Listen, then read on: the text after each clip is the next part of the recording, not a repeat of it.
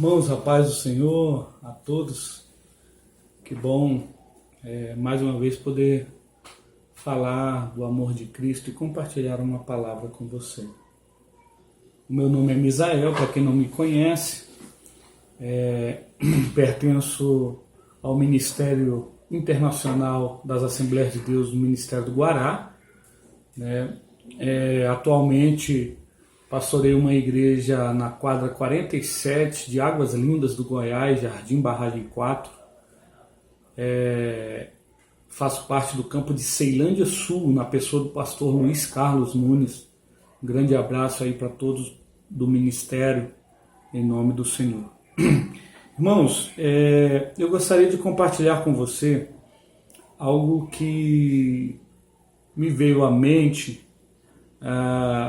A minha área de formação é na área da teologia, a minha graduação é em teologia e atualmente eu faço uma pós-graduação em psicopedagogia. E existem alguns problemas que o pastor ele enfrenta na sua jornada ministerial, que eu creio que não é exclusivamente minha, mas de todos os pastores que estão à frente, no exercício da função, à frente das congregações. E muitos desses problemas, para muitos é difícil você detectar a origem desses problemas. E a psicologia, ela nos ensina alguns métodos e nos dá alguns direcionamentos que nos facilitam o entendimento nesse processo de aprendizagem. Eu creio que você já se perguntou, ou não, quem você é verdadeiramente. Quem você é verdadeiramente. O que foi que te influenciou para você ser essa pessoa que você é.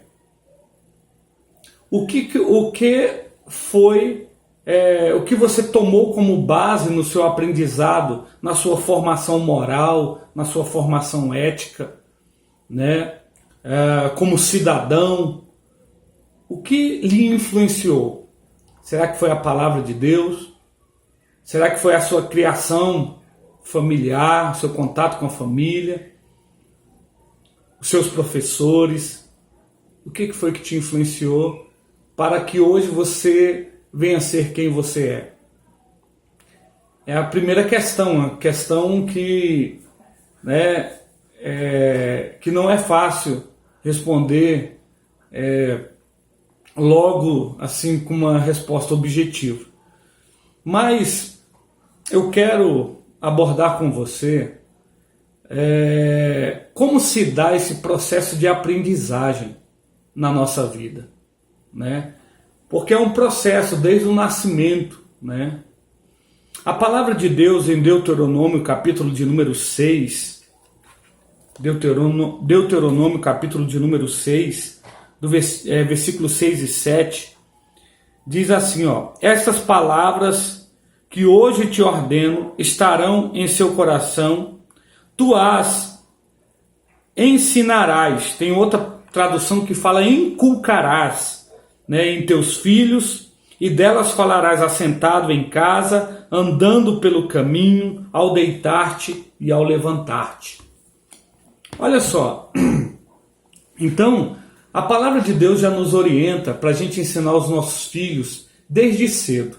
Inculcar fala colocar na cuca, colocar na cabeça, é algo que coloca na cabeça e não vai sair da cabeça. Então esse é o sentido da palavra. Inculcar é você colocar, sempre estar dentro da cabeça, você sempre ficar repensando aquilo que foi ensinado, relembrando aquilo que foi ensinado. Então isso é inculcar. Então a palavra do Senhor já nos orienta para que a gente coloque isso na cabeça dos nossos filhos. Ensine, ensinar o filho, em consonância com o conhecido Provérbios 22:6, ensinar o filho no caminho, né, que deva andar. Então, a palavra fala que nós devemos fazer parte desse processo de aprendizado moral e ético dos nossos filhos, da criança desde cedo. Né? Em Deuteronômio 4:10 também diz que nós temos que ensinar nossos filhos com dedicação. Né? Então é uma responsabilidade nossa, não é da escola, não é da família, né? Aqui eu falando de um ponto de vista cristão, né? Então esse ensinamento moral e ético, conforme a palavra do Senhor, deve ser ensinado sim pela família. Nós como pais temos que orientá-los, tá bom? Então, olha só, partindo desse ponto de vista, a psicologia ela nos dá alguns parâmetros de aprendizagem, né?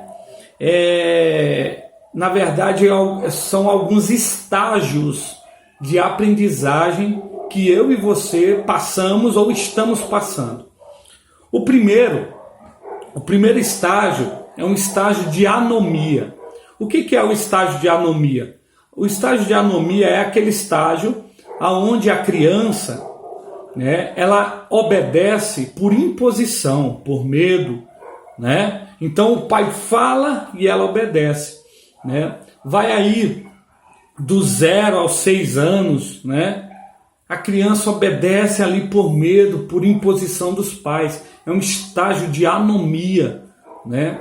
E agora, assim, é muito relativo a gente atribuir uma idade a esse estágio de anomia, porque na verdade existe também pessoas que obedecem, né? Não por acharem certo, né? Mas sim por imposição, né?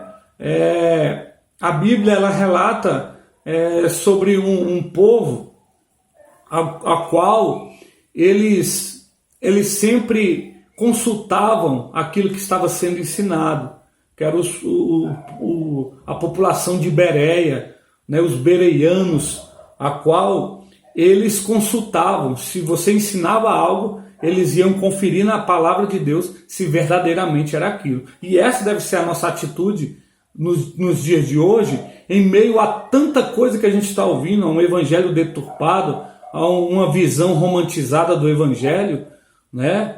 A teologia da prosperidade, tantas coisas que estamos ouvindo por aí, né? Então, esse é o primeiro estágio, o estágio da anomia, que a pessoa recebe tudo que está sendo ensinado.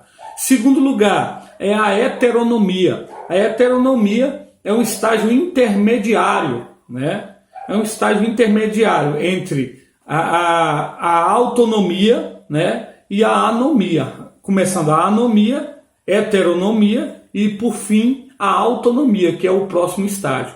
Então, a anomia, ela é um estágio onde a pessoa obedece por imposição. A heteronomia, a pessoa já começa a perceber certas coisas, já começa a atribuir aos ensinamentos um valor, né, de juízo. Eles começam, né, observar se aquilo ali serve para ele, se ele vai ter aquilo como um valor ou não, né? Ele começa a observar, mas mesmo assim ainda obedece, né? Mesmo assim ainda obedece e ele começa a observar, mas ainda ele obedece aquilo que está sendo imposto, né, colocado para ele. E o último estágio, o terceiro e último estágio, é a autonomia. O nome já diz, autonomia. Então a autonomia, ela já traz assim ao cidadão, a pessoa,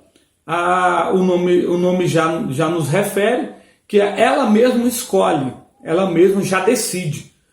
A pessoa se depara com um devido ensinamento e ela vai atribuir o valor de juízo e até mesmo rejeitá-lo, né? Fala, não, eu não quero, isso aí não é conforme aquilo que eu acredito, não é aquilo conforme eu creio, né? E a pessoa rejeita. Então, existem pessoas que ainda estão no estágio de heteronomia.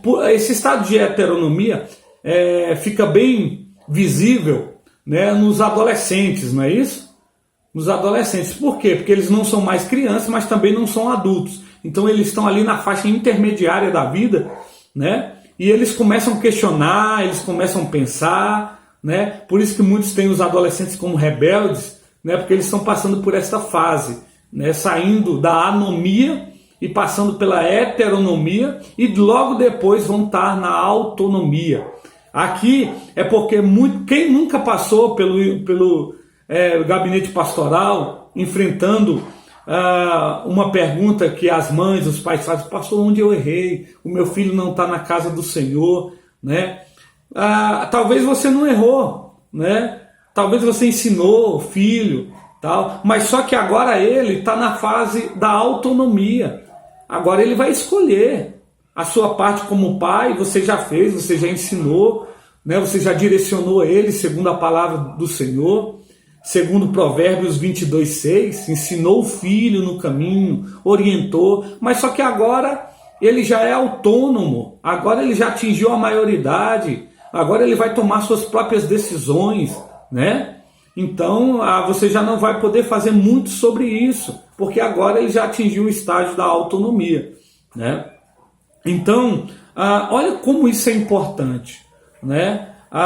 Problemas conjugais. A gente passa por essas fases, porque tem pessoas, né? Quantas vezes eu já ouvi isso no gabinete pastoral, alguém falando, a esposa falando: olha, pastor, com meu marido não tem diálogo. Meu marido fala: eu fui criado assim e é assim, né? Ou seja, ele é incapaz de pensar: será que eu fui criado da forma certa? Né? Tá certo, a questão do respeito, a questão, né? A gente vê isso no pessoal de mais idade, a questão do respeito, a questão, tá certo, são valores morais que devem ser obedecidos. Mas será que você não deveria pensar, né, como o tratar com o esposo, como tratar com os filhos, sobre a respeito do diálogo, o valor do diálogo dentro da casa, né? Então, isso é de suma importância, né? Evitaria aí 90% dos problemas conjugais, dos relacionamentos de pais e filhos, né? De pais autoritários, de filhos que não respeitam os pais, né? Então acontece muito esse tipo de problema no gabinete pastoral. Então, anomia, heteronomia e autonomia passa por esses processos, né? E eu quero que você entenda isso, né? É comum as pessoas se perguntarem: poxa, por que eu estou passando isso? Porque o meu filho está assim? Porque minha família está assim? E a gente tem que ter a palavra do Senhor como bússola, né? Você aí que tem o seu filho, que é um chefe de família, cria a sua família conforme a palavra de Deus, orientando conforme a palavra do Senhor Jesus Cristo, tá bom?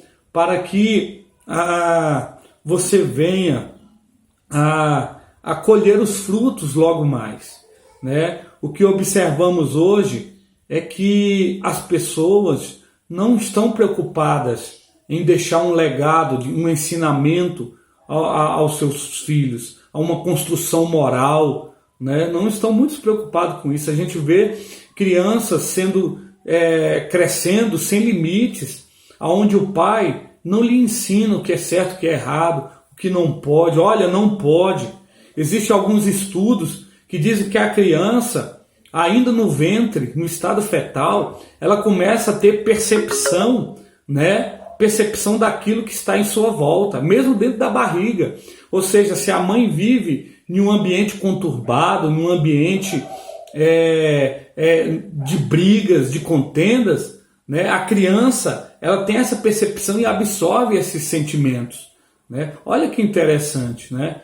Então, você percebe isso, que desde o nascimento você deve ensinar o filho, você deve orientá-lo, né? Você deve inculcar, você deve ensiná-lo a ser uma pessoa de bem, a conviver com a sociedade. E esse processo moral e ético de aprendizagem, ele começa desde o nascimento, passando por essas fases, anomia, heteronomia, até chegar na autonomia, né? Mas você deve cumprir a sua parte na anomia, na heteronomia, né? Porque quando chegar na autonomia, ele já vai tomar suas próprias decisões, né? Então, meu querido irmão, minha querida irmã, trate o seu filho, ensine o seu filho da maneira adequada, conforme a palavra do Senhor, orientando os valores morais e éticos, né? Como eu falei, crianças às vezes que está crescendo e ele não sabe o valor de um não. O pai deixa ele fazer tudo, a mãe deixa ele fazer tudo. Sabe o que vai acontecer? Você vai ter um jovem problemático, um jovem que quando você falar não, ele não vai lhe obedecer, porque ele não aprendeu a obedecer limites, né? Dentro da valoração moral dele, ele não aprendeu a respeitar e obedecer os pais, né? Então ele vai crescer sem limites e em consequência disso, quando ele chegar na autonomia, ele vai ser aquele tipo de pessoa que não vai respeitar a autoridade, ele não vai respeitar, ele vai viver sem limites, né?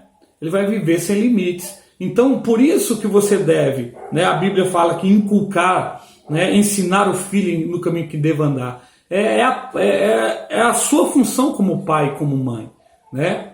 Então, que essa palavra fique no seu coração, né? Que essa palavra fique no seu coração, que Deus em Cristo te abençoe grandemente, né? E continue acompanhando. Sempre estaremos postando alguma coisa aqui no canal que acharmos que pode lhe ajudar em algum sentido, tá bom? Um grande abraço e que Deus lhe abençoe.